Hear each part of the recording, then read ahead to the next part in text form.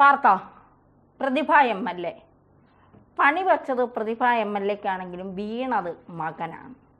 ഇപ്പോൾ FIR ഒക്കെ പുറത്തു വന്നിട്ടുണ്ട്, പല മാധ്യമങ്ങളും അത് പുറത്തുവിട്ടിട്ടുണ്ട്. കേസിലെ 9ാം പ്രതിയാണ് പ്രതിഭയുടെ മകൻ എന്നൊക്കെയാണ് പറയുന്നത്. പക്ഷേ ഇവിടെ നമുക്കറിയാം കായംകുളത്ത് പ്രതിഭയ്ക്ക് ശത്രുക്കളായവർ ആരാണ് എന്നുള്ളത്. അത് പലപ്പോഴും പ്രതിഭ തന്നെ പ്രതിഭയുടെ ഫേസ്ബുക്കിലൂടെ വ്യക്തമാക്കിയിട്ടുള്ളതുമാണ്. ഒരു അജ്ഞാത കോൾ എക്സൈസിൻ്റെ ഓഫീസിലേക്ക് വരുന്നു, മകൻ ഇരിക്കുന്ന സ്ഥലം കൃത്യമായി എക്സൈസിന് കിട്ടുന്നു, മഫ്തിയിൽ വരുന്നു, പിന്നീട് മകനെ പിടിക്കുന്നു. എന്നിട്ട് എക്സൈസ് ഉദ്യോഗസ്ഥരാണോ ഈ വിളിച്ചു പറഞ്ഞ അജ്ഞാതനാണോ മാധ്യമങ്ങൾക്കിത് ചോർത്തിയത് എന്നറിയില്ല. എന്തായാലും പ്രതിഭയെ പാർട്ടിയിൽ തകർത്ത് തരിപ്പണമാക്കാൻ ഒരു കൂട്ടർ ശ്രമിക്കുന്നുണ്ട്. അതിൻ്റെ പ്രതിഫലനമാണ് അല്ലെങ്കിൽ പ്രതിഭാസമാണ് കഴിഞ്ഞ ദിവസം കണ്ടത്, അല്ലേ? തീർച്ചയായും അങ്ങനെ തന്നെ പറയേണ്ടി വരും. ചില സംശയങ്ങൾ ഇപ്പോൾ വല്ലാതെ ഉയർന്നു വരുന്നുണ്ട്. പ്രതിഭയുടെ മകനുമായി ബന്ധപ്പെട്ട് വന്ന FIR-ൻ്റെ കോപ്പി ഇപ്പോൾ പുറത്തു വന്നിട്ടുണ്ട്. അതായത് 9ാം പ്രതിയായിട്ട് ഈ പറയുന്ന കനവിനെ പ്രതി ചേർത്തിട്ടുണ്ട് എന്നുള്ളതാണ് നമ്മൾ മനസ്സിലാക്കുന്നത്. പക്ഷേ കേസെടുക്കാവുന്ന രീതിയിലേക്ക് അല്ലെങ്കിൽ വലിയ കുറ്റം ചുമത്തി ക്രിമിനൽ നടപടി എടുക്കാവുന്ന രീതിയിലേക്ക് ആ കുറ്റമില്ല എന്നും മനസ്സിലാക്കുന്നുണ്ട്. കാരണം 100 ഗ്രാമിൽ കൂടുതലുള്ള കഞ്ചാവ് പിടിച്ചാൽ മാത്രമാണ് നിലവിൽ എന്ത് ചെയ്യാൻ പറ്റുള്ളൂ, കേസ് ഒരു ക്രിമിനൽ നടപടി ചട്ടപ്രകാരം ഒരു തടവ് ശിക്ഷയൊക്കെ ലഭിക്കുന്ന രീതിയിലേക്ക് പോകാൻ കഴിയുള്ളൂ. അല്ലെങ്കിൽ അത് ഒരു ക്രിമിനൽ നടപടിയുടെ പിഴയടച്ച് കോടതിയിൽ പിഴയൊടുക്കി ഒഴിവാകുന്ന രീതിയിലേക്ക് നമുക്ക് പോകാം. ഒന്നിൽ കൂടുതൽ തവണ പിടിക്കുകയാണെങ്കിൽ അത് കോടതിയുടെ ഡിസ്ക്രിമിനേഷന് വിടുന്ന സാഹചര്യം ഉണ്ടാകും. അവിടെ കോടതിയാണ് തീരുമാനമെടുക്കേണ്ടത്. ആ തരത്തിലുള്ള കാര്യങ്ങളാണ് ഇവിടെ യഥാർത്ഥത്തിൽ CPM-മായി ബന്ധപ്പെട്ടും പ്രതിഭയുമായി ബന്ധപ്പെട്ടും കായംകുളം എന്ന് പറയുന്നതിന് ഒരു പ്രത്യേകതയുണ്ട്. കാരണം വിഭാഗീയതയുടെ അങ്ങേയറ്റമായിരുന്നു കായംകുളത്തുണ്ടായിരുന്നത്. കായംകുളത്തെ വിഭാഗീയ പ്രവർത്തനങ്ങൾ പ്രതിഭയെ എത്രത്തോളം ബാധിച്ചിട്ടുണ്ട് എന്നുള്ളത് നമ്മൾ വാർത്തകളിലൂടെ അറിഞ്ഞ കാര്യമാണ്.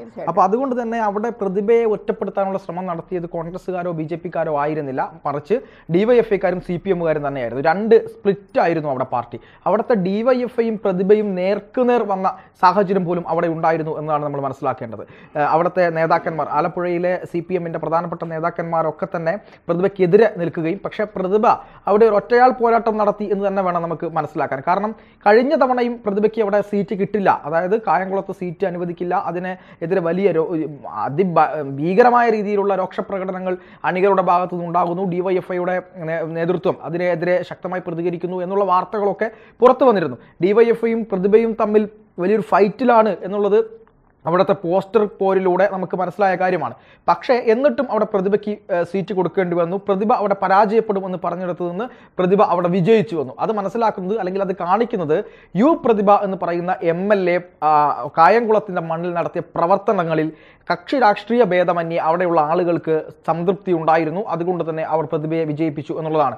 ഇവിടെ എത്രയോ അധികം DYFI-ക്കാരുടെ CPM-ന്റെ ഈ വിഭാഗീയതയുടെ ഭാഗമായിട്ട് പ്രതിഭയ്ക്ക് നേരെയുള്ള വോട്ടുകൾ, പ്രതിഭയ്ക്ക് കിട്ടേണ്ടിയിരുന്ന വോട്ടുകൾ നഷ്ടപ്പെട്ടിട്ടുണ്ട് എന്ന് തന്നെയാണ് CPM കണക്കാക്കുന്നത്. പക്ഷേ അങ്ങനെ നഷ്ടപ്പെടുത്തി കളഞ്ഞിട്ടും പ്രതിഭയ്ക്ക് വിജയിക്കാൻ ആവശ്യമായ സീറ്റുകൾ അല്ലെങ്കിൽ വോട്ട് ഷെയർ അവിടെ കൊടുക്കാൻ മറ്റുള്ള ആളുകൾ, അതായത് നിഷ്പക്ഷരായ ആളുകളോ മറ്റു രാഷ്ട്രീയ പാർട്ടികളോ എല്ലാം ചേർന്നുകൊണ്ടുള്ള ജനങ്ങളുണ്ടല്ലോ, അവർ അവിടെ തീരുമാനിക്കുകയായിരുന്നു. ഇത് CPM-ന് പിടിച്ചിട്ടില്ല. ഏകദേശം അടുത്ത നിയമസഭാ തെരഞ്ഞെടുപ്പ് വരാൻ വേണ്ടി പോവുകയാണ്. ഇപ്പോഴും ഈ പറയുന്ന കായംകുളത്ത് പ്രതിഭയും DYFI-യും അല്ലെങ്കിൽ CPM-ഉം ഒക്കെ ആയിട്ടുള്ള ചില വിഭാഗീയ പ്രശ്നങ്ങൾ, ഗ്രൂപ്പ് പോരൊന്നും ഒടുങ്ങിയിട്ടില്ല. അടുത്ത തവണയും പ്രതിഭയ്ക്ക് എങ്ങനെയെങ്കിലും സീറ്റ് കൊടുക്കാതിരിക്കാനുള്ള ഒരു ശ്രമത്തിൻ്റെ ഭാഗമായി CPM-നുള്ളിൽ നിന്ന് തന്നെ വന്നൊരു ചതിയാണോ അല്ലെങ്കിൽ ഒരു ഗ്രൂപ്പ് പ്രവർത്തനത്തിൻ്റെ ഭാഗമായിട്ടുള്ള ഒരു കൊട്ടാണോ ഇത്, അല്ലെങ്കിൽ പ്രതിഭയെ ലക്ഷ്യം വെച്ചുകൊണ്ടുള്ള ഒരു ചട്ടുളി പ്രയോഗമാണോ നടന്നത് എന്നുള്ള കാര്യത്തിൽ വലിയ ചർച്ചകൾ ഉയർന്നു വരുന്നുണ്ട്. അതങ്ങനെ വെറുതെ തള്ളിക്കളയാൻ കഴിയില്ല എന്നതാണ്. അല്ലെങ്കിൽ ആ പാർട്ടി നേതൃത്വവും പ്രതിഭയും ഒക്കെ അതിൽ എന്ത് ചെയ്യേണ്ടതുണ്ട്, പ്രതികരിക്കേണ്ടതുണ്ട്. ഇവിടെ പ്രതിഭയുമായി ബന്ധപ്പെട്ട് പ്രതിഭയുടെ മകനുമായി ബന്ധപ്പെട്ട ഈ ലഹരി കേസ് ഇടപാട് നടക്കുന്നത് എന്നാണ്, ഒരു ഞായറാഴ്ച ദിവസമാണ്. കൃത്യമായി അവധി ദിവസമാണ് നടക്കുന്നത്.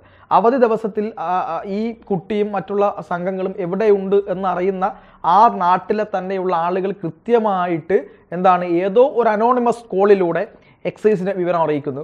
എക്സൈസ് എത്തുന്നു. കായംകുളത്ത് ഇത്തരമൊരു റെയ്ഡ് നടക്കുന്ന സമയത്ത് എക്സൈസ് ഉദ്യോഗസ്ഥർ മണ്ടന്മാരൊന്നും അല്ലല്ലോ, അവിടെയുള്ള എക്സൈസ് ഉദ്യോഗസ്ഥരാണല്ലോ. അവർക്ക് കൃത്യമായി അറിയാം ഇത് ഏത് ഭാഗമാണ്, ഏത് സ്ഥലമാണ് എന്നൊക്കെ അവർക്ക് കൃത്യമായി അറിയാം. അങ്ങനെ എക്സൈസ് അവിടെ പോയി ഒരു റെയ്ഡ് നടത്തി ഈ അറസ്റ്റ് ചെയ്തു എന്ന് തന്നെ വെക്കുക. ഈ പറയുന്ന കുട്ടിയെ ഏതെങ്കിലും തരത്തിൽ അവിടെ പെടുത്തിയതാണോ എന്നറിയില്ല. ഏതെങ്കിലും 2 പേർ വന്ന് വിളിച്ചാൽ പോകാവുന്നത് മാത്രമല്ലേ ഉള്ളൂ. ഒരു ബന്ധം അങ്ങനെയാണല്ലോ, അതും നമുക്ക് പറയാൻ പറ്റത്തില്ല. അപ്പോൾ അങ്ങനെ അവിടെ പോകുന്നു. അങ്ങനെ റെയ്ഡ് നടത്തുമ്പോൾ ഇത് പ്രതിഭയുടെ മകനാണ് എന്ന് മനസ്സിലാക്കി കഴിഞ്ഞാൽ അവിടുത്തെ എക്സൈസുകാർ എന്തായാലും MLA വിളിക്കുമല്ലോ. ഈ ഭരണപക്ഷത്തിരിക്കുന്ന ഒരു MLA മകൻ ഇത്തരത്തിൽ കുടുങ്ങിയിട്ടുണ്ട് എന്ന് പറഞ്ഞാൽ അത് പുറത്തുവിടാൻ ഈ എക്സൈസുകാർ തയ്യാറാകുമെന്ന് തോന്നുന്നുണ്ടോ? ഇല്ല, അവരുടെ തൊപ്പി തെറിക്കുമെന്നറിയാം. അങ്ങനെ അവർ അതിന് തയ്യാറാകുമെന്ന് എനിക്ക് തോന്നുന്നില്ല. പക്ഷേ എന്നിട്ടും എക്സൈസ് അവിടെ അറസ്റ്റ് രേഖപ്പെടുത്താൻ തയ്യാറാകുന്നു, അവിടെ പ്രതി ചേർക്കപ്പെടുന്നു. അതിനുശേഷം ഇത് മാധ്യമങ്ങൾക്ക് കൊടുക്കുന്നു. ഇതൊരു അജണ്ടയും ഇല്ലാതെ നടന്നതാണ് എന്ന് നമുക്ക് വിശ്വസിക്കാൻ പാടാണ്. ഒരിക്കലും പുറകിലൊരു ശക്തിയില്ലാതെ എക്സൈസിന് ഇത്തരത്തിലൊരു ധൈര്യം ലഭിക്കില്ല. പ്രത്യേകിച്ച് കേരളത്തിൽ അറിയാമല്ലോ, കേരളത്തിൽ അങ്ങനെ ഒരു ധൈര്യം അവർക്ക് ലഭിക്കില്ല. അതുകൊണ്ട് തന്നെ ഇതൊക്കെ ഒരു അന്തർനാടകങ്ങളാണോ നടന്നുകൊണ്ടിരിക്കുന്നത് എന്ന കാര്യത്തിൽ നമുക്കൊന്നും പറയാൻ കഴിയില്ല. അല്ലെങ്കിൽ ഒരു അവസരം കിട്ടിയപ്പോൾ അത് ഈ പറയുന്ന പ്രതിഭയെ ഇല്ലാതാക്കാൻ വേണ്ടി അല്ലെങ്കിൽ പ്രതിഭയെ പൂട്ടാൻ വേണ്ടി ചെയ്ത ഒരു കാര്യം എന്നതും ആവാം. ഇതിന്റെ സത്യാവസ്ഥ നമുക്കറിയില്ല. എങ്കിലും ഉയർന്നു വരുന്ന സംശയങ്ങളിൽ ഇതൊക്കെയുണ്ട്. ഇത്രയും വലിയൊരു MLA മകനെ, ഒരു ജനപ്രതിനിധിയുടെ മകനെ പിടിക്കുമ്പോൾ അത് പ്രതിഭയെ അറിയിക്കാതെ കേസ് രജിസ്റ്റർ ചെയ്യാനും 9ാം പ്രതിയാക്കാനും ഒക്കെ പോകുമോ എക്സൈസ് എന്നുള്ളത് വലിയ ചോദ്യം തന്നെയാണ്. ആ ചോദ്യത്തിൽ ഊന്നിക്കൊണ്ട് തന്നെയാണ് നമ്മുടെ സംശയങ്ങൾ ഇവിടെ നിലനിൽക്കുന്നതും. അപ്പോൾ അതുകൊണ്ട് തന്നെ അവിടുത്തെ വിഭാഗീയ പ്രവർത്തനങ്ങളും ആ വിഭാഗീയ പ്രവർത്തനത്തിനുമേൽ ഈ പറയുന്ന പ്രതിഭയ്ക്ക് കൊടുത്ത ഒരു പണിയിൽ കുടുങ്ങിയത് പ്രതിഭയുടെ മകനായി പോയോ എന്ന സംശയം നല്ല നിലയ്ക്ക് ഇപ്പോൾ ആളുകളിൽ നിൽക്കുന്നുണ്ട് എന്നതാണ് യാഥാർത്ഥ്യം. ഇതുമായി ബന്ധപ്പെട്ട് മറ്റേതെങ്കിലും തരത്തിലുള്ള സാഹചര്യം ധന്യക്ക് തോന്നുന്നുണ്ടോ? പാർത്ഥൻ പറഞ്ഞതിനോട് എനിക്ക് പൂർണ്ണ യോജിപ്പാണുള്ളത്. പ്രത്യേകിച്ച് ഈ ലഹരി ഉപയോഗം, അതിപ്പോൾ പ്രതിഭയുടെ മകനാണെങ്കിലും ഏത് ഉന്നതൻ്റെ മകനാണെങ്കിലും അത് ഉപയോഗിക്കുകയോ കൈവശം വയ്ക്കുകയോ ചെയ്താൽ നമ്മുടെ നിയമവ്യവസ്ഥയിൽ എന്തൊക്കെയാണോ നിയമം നടപടിയുള്ളത് അത് പാലിക്കുക തന്നെ വേണം എന്നുള്ളതാണ്. ഇതല്ല, അതിനപ്പുറം പ്രതിഭയുടെ പ്രഭ മങ്ങിപ്പിക്കാൻ ആരോ എവിടെയോ ഇരുന്ന് ശ്രമിച്ച നാടകമാണ്. അതിൽ വന്ന് പെട്ടുപോയത് ആ 21 വയസ്സുള്ള ചെറുപ്പക്കാരനാണ് എങ്കിൽ, കാരണം അത് ഭാവിയുള്ള ഒരു ചെറുപ്പക്കാരനാണ്, എനിക്കൊന്ന് പഠിക്കുന്ന ചെറുപ്പക്കാരനായിരിക്കും, അദ്ദേഹം സമൂഹത്തിനോട് ഒരു ഉത്തരവാദിത്വമുള്ള ചെറുപ്പക്കാരനായിരിക്കാം, അമ്മയ്ക്കൊരു മകനാണ്, അമ്മയ്ക്ക് ആ മകനിൽ ഒരുപാട് പ്രതീക്ഷകളുണ്ടാകാം.